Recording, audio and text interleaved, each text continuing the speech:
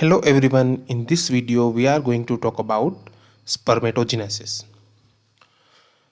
Spermatogenesis in male begins at the puberty, while the oogenesis in females begins during intrauterine life. So this is the first difference you should know.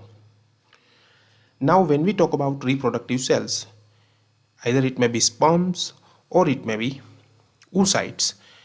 All of these reproductive cells are derived from the germ cells, and the germ cells are derived from yolk sac. In intrauterine life, the germ cells migrate to gonads from the yolk sac. The gonads are testes in case of male and ovaries in case of female. We all know that. But the very basic concept I think you should understand here is, when we talk about reproductive cells like sperms or oocytes, we know that the number of chromosome is half. That means if we talk about normal cells, for example, they have 46 chromosomes. So 46 chromosomes. So last two chromosomes which decide the sex. If we talk about sex chromosomes, so 44XX means both of the chromosomes are of X. That makes a female, and 44XY makes a male. So again, when we see a sperm, the sperm has 23 chromosomes, and so the oocyte. So which kind of sperm have 23 chromosomes, and the 23rd chromosome, it can be either X or either Y. So let's talk about more differently. When there is a oogenesis or a spermatogenesis, exactly what happens is the chromosome number goes to half.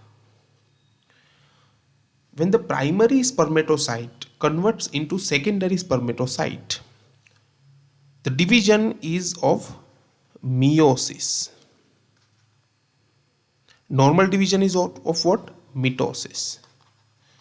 And this germ cell division is of what? Meiosis. So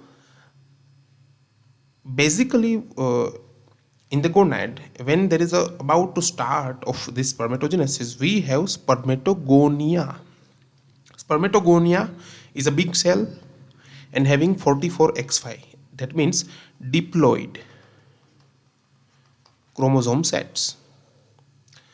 And this spermatogonia continuously do mitosis. Mitosis is the division in which the number of chromosomes remain same.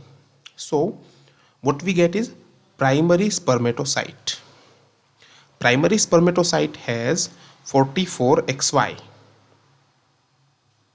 Okay, cool. It is diploid chromosome set. Now whenever there is a primary to secondary change, you must remember that the chromosome number will be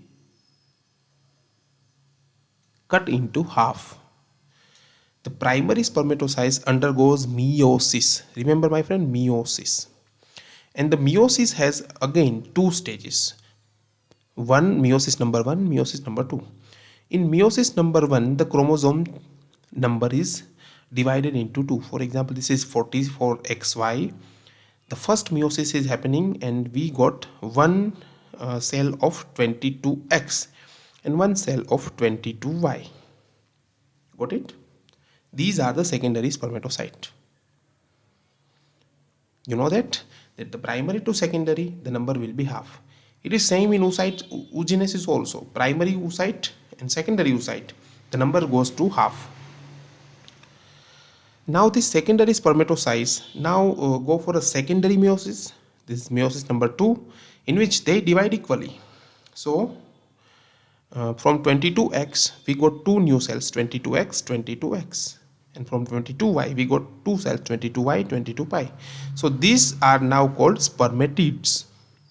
So spermatids have half haploid set of chromosomes, while the spermatogonia and primary spermatocyte have diploid chromosome sets. So this from the spermatids we will get the sperms.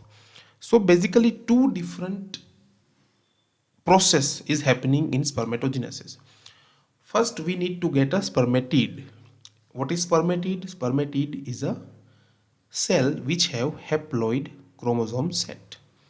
So this is called spermatogenesis, from primordial germ cells to spermatid. Now from the spermatid some morphological changes comes in spermatids, and that will convert it into sperms, real sperms which have head, a neck and a tail. Okay, so see, this is called spermiogenesis. This is spermatogenesis and this is spermiogenesis. So you are seeing here how the morphological changes comes from where the spermatids convert into a sperm. So spermatid is a regular uh, round cell. The nucleus changes into the head of the sperms, you can see here.